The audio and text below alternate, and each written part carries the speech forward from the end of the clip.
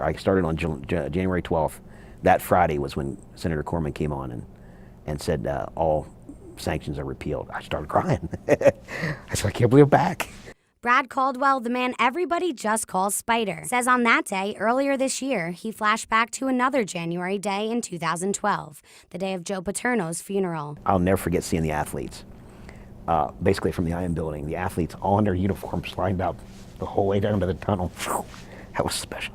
Spider is one of very few people who worked with the last three Penn State football coaches, Joe Paterno, Bill O'Brien, and James Franklin. He served as the team's equipment manager for 31 years, but in 2011, he helped repair much more than equipment and clothing. I say I was counseling players, but they were helping counsel me too, because just, knowing, what we've gone through. So we kind of felt like we were on an island by ourselves and really no direction, and then we really needed to get close to survive. During the Sandusky scandal and the changes that followed, Spider and other long-term staff members felt very unsure, until these words from new coach Bill O'Brien. Hey, I love you, you're great, and you're fine.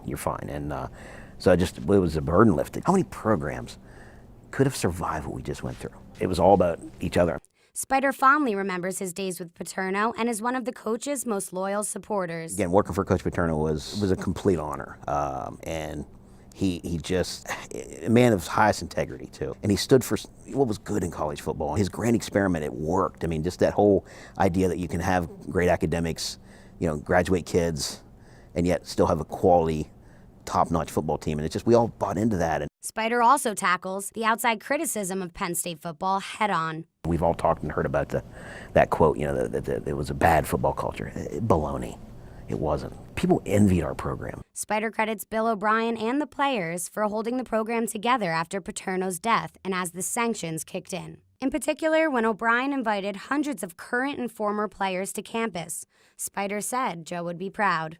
I thought, man, how proud Joe was going to be of that. Because, he'd be looking down just thinking, man, what a bunch of classy guys. During O'Brien's second year, he brought the team on a night tour of the All Sports Museum. And the final exhibit was a special film playing as they walked through the tunnel and onto the field. One of the clips has Rip Engel and Joe in their trench coats, black and white hats. You can just feel them like, it's my responsibility to keep this going. But change continued. O'Brien left for the NFL, and James Franklin took over. I was like, oh, here I go again. Yeah, am I ready for this? Do I really want to do this? In Beaver Stadium, I'm Taylor Shelley for the Center County Report.